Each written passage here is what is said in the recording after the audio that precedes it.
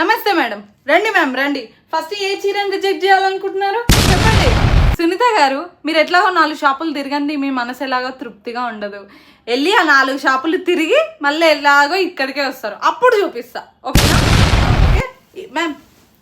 Madam ఈ చీర చూడండి, ఈ చీర ఓకేనా? మన దీపిక పడుకొని ఉంది కదా, మన దీపిక పడుకున్నప్పుడు ఈ చీర వేసుకొని కింద ఏ చీరలు పరచాలి చెప్పండి? ఈ సైడ్ చీరలు పరచాలా లేకపోతే ఈ సైడ్? మొత్తం షాప్లో ఉన్న చీరలన్నీ పరిచాలా కింద? మీకెందుకండి కష్టం, ఆగండి. రే మొత్తం చీరలన్నీ మొత్తం కవర్లకి వెళ్ళి తీసి పరిచేయండి రా, మొత్తం వేయండి ఇక్కడ. ఓకేనా మ్యామ్? మనశ్శాంత తృప్త? ఓకే పర్లేదు మ్యామ్, పర్లేదు. మాకు పనా పాడా లేకపోతే పిల్లలా పెళ్ళామా? మొత్తం పొద్దున్న దాకా మడత పెట్టుకుంటా కూర్చుంటాం. మొత్తం పరిచేయండి. కొనకపోయినా పర్లేదు, మొత్తం పర్సరు కింద ఏరి తొక్కండి. 5,000 మేడం. అయ్యో 2,000కి రాదు. సరే నీ మాట కాదు నా మాట కాదు, 3,000కి ఇచ్చేయి నేను తీసుకుంటా. అమ్మయ్య 1,000 రూపాయల చీర 3,000కి అమ్మేస్తా. చిలక గోరింక పెళ్లి తెలుసు కదా మీకు? గోరింక ఈ చీరనే కట్టింది. ఆ పాలపిట్ట చీర ఎంత?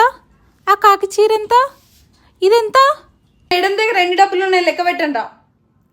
వెళ్ళండి మ్యామ్. ఫస్ట్ మీ దగ్గర డబ్బులు ఎన్ని ఉన్నాయి లెక్క పెట్టి మా వాళ్ళు చూస్తారు, తర్వాత మీకు చీర చూపిస్తారు. ఓకేనా? అదెంత ఇదెంత